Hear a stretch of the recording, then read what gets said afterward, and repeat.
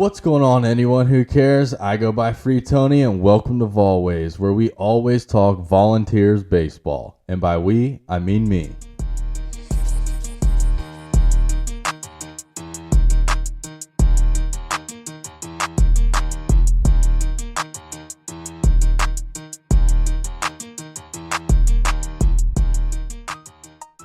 Welcome to episode 6 of Volways. Tennessee baseball sweeps Gonzaga in an exciting weekend involving severe weather and an ejection of someone not named Tony Vitello. If you could, leave a like and subscribe to the channel. It would help me out a lot. But as always, I have to answer the previous episode's trivia question. And episode 5's trivia question was, in what city is Elvis Presley's Graceland residence and tomb? What city is that located? The answer is Memphis, Tennessee. Getting into this weekend, as you can see behind me, I have one game at a time written on the whiteboard, and that is because Gonzaga this weekend proved that no matter what your record is, you have to take every game and every team and every series one game at a time. Gonzaga came in this weekend 1-8. The record did not look like they were very good, but I can tell you right now, they can swing the bats and they have decent pitching. Their bullpen needs some work, but as you're about to find out in this first game, their pitching is pretty decent. To start out, the severe weather this weekend was in game one. It was almost canceled due to wind and tornado warnings in the area. So throughout the game, it was blowing a steady 16 to 20 miles an hour straight over from right to left field. So that must have been pretty interesting to pitch and play in. But Tennessee in game one won by a final score of 8-2. And in game one, there was a total of 29 strikeouts in the game. Through the first 6 innings, I honestly thought one run was going to win the game. Both Dolander and I don't usually write down the opposing players' names, but I had to write this kid's name down. Owen Wild, number 40. Good gracious. This man had 10 strikeouts through 4 innings against us. It was honestly an incredible game to watch if you're a fan of pitching, or just good baseball, because that's exactly what it was. But Dolander went toe for toe with him. He ended the game. He went 6 innings, 6 hits, no runs, 11 strikeouts. Their starter Wild ended up with 13 strikeouts. Dolander didn't have any walks. He did have 1 hit by pitch. He finished on 92 pitches. That dude's a dog. He's gonna work. He's gonna get deep into games most of the time, and he was just his normal Dolander. And it was big in the first inning. He left runners at first and third after the first couple got on. So that was huge. And he had 9 strikeouts through 4 innings. So both pitchers they were one off from each other. They looked the exact same almost. Their pitch totals throughout each inning were almost identical. It was just such a fun game to watch. But going down the list of our pitching here, next we have Kirby, who came in after Dolander, and he's just steady Eddie, man. He went an inning, had a strikeout, didn't give up anything else. And then Zach Joyce came in, threw an inning, didn't give up anything. He's still looking good. And then Combs came in, threw an inning, 2 hits, gave up 2 runs, and no walks, and had 2 strikeouts. I will say, number 32 for Gonzaga this weekend. Game 1, his first 3 at-bats, he had 3 strikeouts. And then he ended with 4 home runs on the weekend. So he bounced back pretty good, and his last 3 at-bats on Sunday were home runs. But we'll get into that later. Getting in the offensive side of things in game 1, like I mentioned earlier, it was just a pitcher's duel for the first 5 to 6 innings. We finally got to him in the 6th. We had the big 6 runs in the 6th inning. But Dickey was 0 for 4 with a hit by pitch and a run scored with a strikeout. He tried to lay down a drag bunt, but the pitcher made a great play on him. Christian Moore was 1 for 4. Just an absolute moonshot of a home run. That was such a momentum swinger for us. And it was 109 miles an hour off the bat, and it went 452 feet. So, yes, that's an absolute missile. Had a walk, an RBI, was himself, a run scored, and 2 strikeouts. Blake Burke in game one, I had to switch my jersey over my shoulder here. That's just it's another King Griffey. His swing is so smooth. It's King Griffey Jr. That's just it. Burke was 3 for 5 with a double, 2 singles, a strikeout, and 3 RBIs. He honestly could have had 2 home runs if the wind was not blowing as hard as it was. He had 2 balls that were knocked down by the wind. The right fielder almost caught one, and another one was just absolutely roped. Um, and then in the bottom of the sixth, when we scored all of our runs, he worked an at bat, man. He worked 12 pitches, worked a full count, ended up getting a single with the bases loaded, and just absolutely opened the floodgates for us. That was huge. And then behind him was Denton. He was 1 for 3 with a home run. Again, I think the wind helped that a little bit. It might have gotten over without the wind, but I don't know if it would have cleared the wall by as much as it did. But that was another huge home run, and that was his first home run as a Vol, so that was cool. He had 2 walks, 2 strikeouts, and an RBI, which was himself. Griffin Merritt was 1 for 4 with a single, a walk, a strikeout, and he reached on an error. And then Maui Ahuna, he's being a little quiet right now. Sunday he did pretty well. He had a few RBIs, but he's kind of quiet. He'll come around, but he was 1 for 4 with a single, a walk, a strikeout, a run scored, and he had 2 stolen bases. And his defense just continues to play. It looks so good. He did have an error Sunday, but that's one. It's probably one of 2 or 3 he'll probably have on the year. And then Inslee was 0 for 3 with the walk, 2 strikeouts. He had a stolen base, and he scored a run as well. And he had another hard hit ball that was knocked down by the wind in the bottom of the 7th. He also had a automatic strike called on him in the bottom of the 2nd, and which led to a strikeout. But I don't really have too much to say on that. Christian Scott was 0 for 1 with a strikeout, and then he was replaced by Booker. And Booker, my man, I said in previous videos, you're looking good, kid, and you were going to come around. And this weekend, you came around. Booker in game 1 was 1 for 3 with a double. He did have 2 strikeouts, but he started to get hot. And then Charlie Taylor was 1 for 3 with a double, a walk, 2 strikeouts, and a run scored. So as a team, we had 9 hits. We struck out 15 times. But again, that's just the starting pitching in game 1 was just crazy. But we did have 7 walks and 3 stolen bases, and we left 5 runners in scoring position. Game 2 was just as slow of a start for both teams. It was a 7-2 final, but Tennessee didn't score most of their runs until the 7th inning. We scored 5 runs in the 7th, but the strikeout total was just a step down from game 1. We had 23 total strikeouts through both teams in game 2.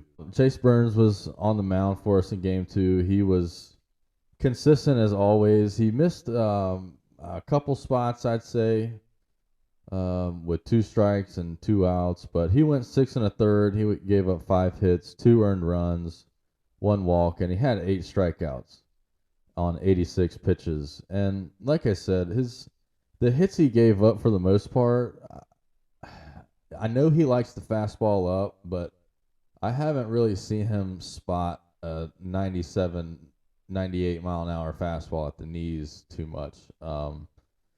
The high fastball is his out pitch, it seems like. He gave up an 0-2 single in the top of the 2nd off a fastball, then 2 more. He gave up 2 doubles with 2 outs off fastballs in the 2nd and 3rd innings. But that might be the only thing I'd like to see changed is more fastballs at the knees. All his fastballs seems to be up, and I know he plays that slider off of it. But maybe he can play the slider down too. But again, Kirby came in after Chase, and he went 2/3, didn't give up anything on 10 pitches, had 2 strikeouts. And then Halverson came in and closed it out. 2 innings, 1 hit, no runs, no walks, and 2 strikeouts on 21 pitches. So as a staff, we gave up 6 hits, 2 earned runs, which were both chases. I mean, this team can hit. They proved that they can hit. Their record does not mean anything. But we did have 12 total strikeouts. So Friday and Saturday, more free queso for everybody. On the offensive side for us, the lineup was almost the same. A couple guys changed out. We had Dickey. He was 2 for 4, had another big game. 2 singles, a walk, a run scored, and had a stolen base. And he beat out an infield single. The first baseman made a diving play in the hole. I mean, he made a great play, but Dickey did a good job of getting down the line in the bottom of the 8th. And then Christian Moore was 1 for 3 with a single, 2 walks, 1 strikeout, 2 runs scored, and a stolen base. I'm telling you, he's having a sneaky good season. As Tennessee fans, we notice it, but I'm not quite sure the nation notices it yet, but they probably will soon. Got another great dirt ball read in the bottom of the 1st, going from 2nd to 3rd. So the base running has been great lately from week 1. I think we have improved that a lot. I know I keep saying it, but it's huge. It's huge in the game of baseball. Blake Burke was 3 for 5. This guy, he's just so fun to watch. A single, a double, another Burke bomb, 3 RBIs. He did have another RBI taken away on a ground rule double on an absolute missile down the right field line. It bounced up, hit off the foul pole. That was just bad luck. And he did get caught stealing once on a strike him out, throw him out. I don't know if that was a sign mix-up or what. Coach Vitello mentioned something about missing signs in the post game, but I'm not sure what that was about. Then Denton was 0 for 2, 2 walks and a run scored. Merritt was 1 for 3 with a home run in the bottom of the 7th. 2 strikeouts and a sac fly, 3 RBIs. Maui was 0 for 4. He's struggling a little bit. He seems to be chasing a lot of changeups down and away. That's where I've noticed guys throwing him a lot. They're starting him off with a lot of changeups and getting him out with a lot of changeups. So that's just what I'm noticing. He had 2 Ks. He got a 3-0 green light in the bottom of the 3rd. I know he can hit, but with someone that is struggling a little bit, I'm not coaching. I'm venting my feelings and my opinions. I would not have given him the green light, but hey, it is what it is. And then my man, Kyle Booker, 2 for 4. He had 2 strikeouts, but had a single and then a huge solo home run in the bottom of the 6th after a great at-bat. He works a full count, then gets a fastball up and just absolutely drives one to right center field. I could not be happier for this guy right now. He's making me look good as well. Chambers was 0 for 2 with a walk and a strikeout. And Chapman came in, got hit by a pitch, of course, but he did steal base. Charlie Taylor was 0 for 4 with 2 strikeouts. So as a team offensively, we had 9 hits, struck out 11 times, had 6 walks, 3 stolen bases, and we were caught stealing once. We did leave 6 more in scoring position, but like I mentioned in my previous videos, 5 to 7 seems to be about our average in scoring position, and I'd say that's pretty good. Some other notes were we did leave the bases loaded in the bottom of the 1st, and we struck out 2 straight times. So that was pretty disheartening to open the game. And a couple of defensive chances for Dickey.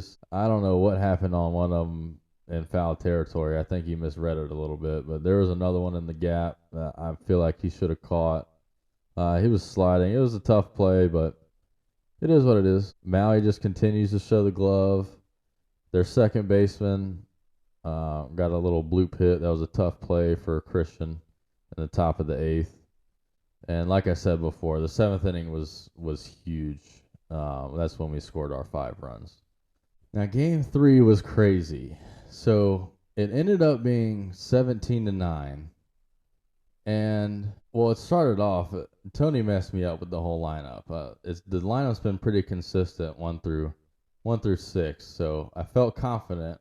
And then, of course, he switches it up on me. So game 3 is the game with the ejection. And I will get to that in a little bit. But this game was like a game of cat and mouse. And the cat was chasing the mouse. It was like Tom and Jerry. The cat was just chasing the mouse the entire game. Now, Gonzaga got up on Tennessee by, I believe it was, oh no, it wasn't 2 runs each game. But Gonzaga scored first, and Tennessee had to come back in each game. Game 3 was no different. So Gonzaga scored early, but Tennessee had another big inning in innings 3 and innings 8. So inning 3, we scored 8 runs. But Gonzaga scored early, and Tennessee scored early and often. But Gonzaga didn't go away, as you can tell. The final score was 17-9. I know it seems like a blowout or whatever, but this game became closer than the score indicates. But we'll start with the pitching. We had Drew Beam on the mound, and he's not our strikeout guy, but he's been our most consistent guy. He did finally give up some runs Sunday. I'm sorry. He went 4 innings, gave up 3 runs, 7 hits, 1 walk, and had 3 strikeouts on 85 pitches. Now, he had a pitch clock violation in the top of the third. I don't know. There's no pitch clock on the screen when you're watching it. That's something I wish would change, so people watching it on TV can see the pitch clock. I'm sure some stadiums are going to have it, but Tennessee does not. But that led to a full count, which led to a base hit. But in the first inning, he left a runner at third, so that was huge for him. And he worked the entire game. He definitely didn't have an easy game. He had runners on all game. Gonzaga did a great job of getting runners on all game and putting pressure on us. But Drew Beam did a great job. He's just calm, cool, and collected. But then Jenkins came in, inning and 2/3, 1 hit, 1 earned run, no walks, 1 strikeout. And guess who he gave up his run to? A home run off number 32. Then Andrew Lindsay comes in, 1 1/3, 1 hit, 1 earned run, no walks, 1 strikeout. Guess who he gave up his run to? Home run to number 32. Fitzgibbons comes in, 1 inning pitch, 1 hit, 2 earned runs, 1 walk, 1 strikeout. 1 home run to, nope, not number 32, but number 24. Then Bimby comes in, 1 inning, 1 hit, 1 earned run, no walks, 1 strikeout. Guess who he gives up his run to? Home run to number 32. I don't know if he's got any more years of eligibility left, but hey, Tennessee will find a spot for you, my guy. As a staff in Game 3, gave up 11 hits, 2 walks, 7 strikeouts. The umpire, his zone was tight and consistent through innings 1 through 6 for both teams. And then somewhere in the 6th, 7th inning, it started to become a little inconsistent for both teams. And that's the only frustrating part, as most players would tell you, is we don't care where the zone is as long as it's consistent. I'm going to wait until we talk about our offensive performance before we get into this ejection. The last thing I want to mention real quick before we get into our offensive performance is number 32 for Gonzaga. One of his home runs on Sunday came after an 11 pitch at bat. So this is for anyone that might be struggling. This guy started this series this weekend with 3 straight strikeouts. okay, and then ended this series with 3 straight home runs. So this proves that you have to take it one pitch, one at bat, one play, one game at a time. So as you can imagine, it was a pretty big offensive day for the entire lineup. And like I said before, of course, Tony switched the lineup on me. So in game 3, we had Maui leading off, and Maui went 1 for 3. He had a quiet day, but numbers wise, it looked pretty good. Went 1 for 3, 4 RBIs, had a double, a strikeout, a walk, a sac fly, and a run scored. But he did have an error in the top of the 5th on a fly ball. He just overran it. Kind of in no man's land, but it definitely should have caught it, obviously. That's why it was marked an error, but just overran it a little bit. So that's he probably has one more error in him this year. But it's nothing to be too worried about. And then Christian Moore was 2 for 3, single, home run, 3 walks, 2 RBIs, 2 stolen bases, and 2 runs scored. I'm telling you, he's sneaky quiet. And then he had another great read on a dirt ball on a strikeout that Burke had. He went from second to third on a drop strike 3. So again, base running, A+. Then Blake Burke, he actually went 0 for in game 3, which I feel bad for whoever we're playing next weekend, which I'll tell you, but Blake's coming back for some revenge. I'm sorry. King Griffey's coming back for some revenge. He was 0 for 4, had a walk. He was hit by a pitch. This is where the ejection happened. Gonzaga's pitcher, I don't have his name written down, number 25. He was ejected for hitting Burke with a pitch. This came after Christian Moore hit a home run. But the thing is, he hit him with the second pitch of the at-bat. So they actually showed the replay of the first pitch and then the second pitch, and the commentators were saying that it looked like they were talking to each other in between the first and second pitch, and maybe that's why he threw at him. But then the commentators were saying if he threw at him intentionally, he wouldn't hit him in the ankle. I think it was intentional. I think he just missed it. I think he held on to it a little too long. But the catcher was set up outside, and it wasn't even close. And the umpire didn't hesitate. So clearly he had to have heard something. But I did notice that Tony came running out. And I don't know if he was coming out to argue that he should be ejected or just played it off like he was trying to get Burke down to first base. But it looked to me like he was trying to get Burke to first base. So yeah, that was the interesting part of the game. And thank the Lord Tony didn't get thrown out. Then Denton was 2 for 4 with a single, had a triple, a walk, another 3 RBIs, a sac fly, and 2 runs scored. Then Dickey was 1 for 4, a walk, a strikeout.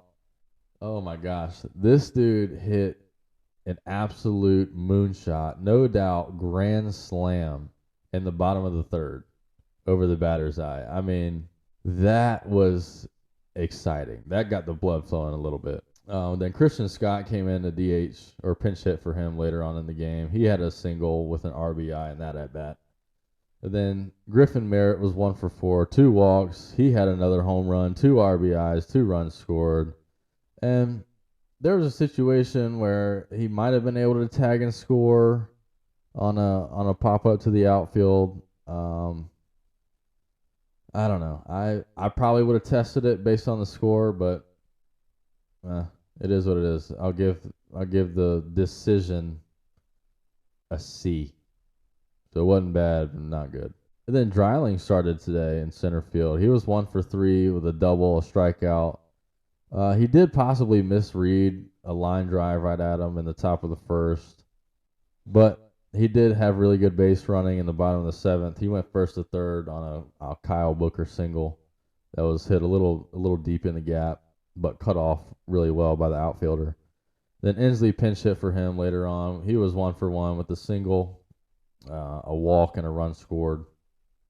And then Kyle Booker, my man, 3 for 4 with a sac bunt. Gotta love that. Single, a double, and a run scored. He just missed going 4 for 4. His sack bunt on paper, if it was probably a foot and a half to the left off the pitcher's mound, a little more towards third base, it definitely would have been a base hit. He almost beat that out. And then he had a huge and amazing over-the-shoulder grab in the top of the sixth to end that, running into the wall. But his double, it was a hustle double. He got a little lucky. The outfielder kind of misplayed a ball down the line, but like I said, it's a hustle double. Then Cal Stark was 0 for 2 with 2 walks. And then Chambers came in to pinch hit for him, had a walk and a run scored. And like I said, innings 3 and 8 were our big innings. We scored 8 and 5 runs respectively in those innings. But a couple other notes were defensively, we might have been, I think it was just a heads-up play by the base runner or the third base coach. Our catcher was a little out of position on a pop-up down the third base line that Zane caught kind of on the wall, but he was trying to get towards the dugout to let Zane know how much room he had, but when he caught it, I guess he was just a little too far from the plate maybe. So the guy tagged up, took off for home, and I think it was a bad throw. The video showed Cal jumping to try to catch it, but I don't know if he would have had him, but it might have been just been a heads up base running play by them. And then they actually had a balk called on them in the bottom of the 8th that allowed a run to score for us. The only blemish offensively we had on Sunday was in the bottom of the first. We got the first 2 guys on, and then our next 3 guys flew out to infielders on horrible pitches to swing at. They may not have been bad pitches, but they were bad swings, and they should not have swung. I can tell you that. But that was the only blemish from Sunday. 17 runs, you can't be too mad. As a team, we had 13 hits, 5 strikeouts, 13 walks. 13 walks, and 1 hit by pitch, and we only left 5 runners in scoring position. So, yes, that's a very productive day. We made Gonzaga use 8 pitchers on Sunday. With the weekend over, we now have 4 games next week to look forward to. We do not have 2 midweek games this week. We play Boston College on Tuesday at home. So an ACC opponent should be a good one. 1 game at a time, 1 pitch at a time, 1 play at a time. We cannot overlook anybody. We have bounced back very well from dropping our first 2 games and just overall how we looked in week 1 and weekend 1. And even in week 2, we've made huge improvements from last week. But like I said, only 4 games this weekend or this week. Boston College and then Morehead State in a weekend series. But to wrap episode 6 up, you know it's the trivia question. And this question is, Tennessee borders how many other U.S. states? So how many other states touch Tennessee? Let's see who knows their geography. That's it, everybody. I will see you guys after Tuesday's game against Boston College. Hopefully we can keep the train on rolling, baby. Go Vols. Peace.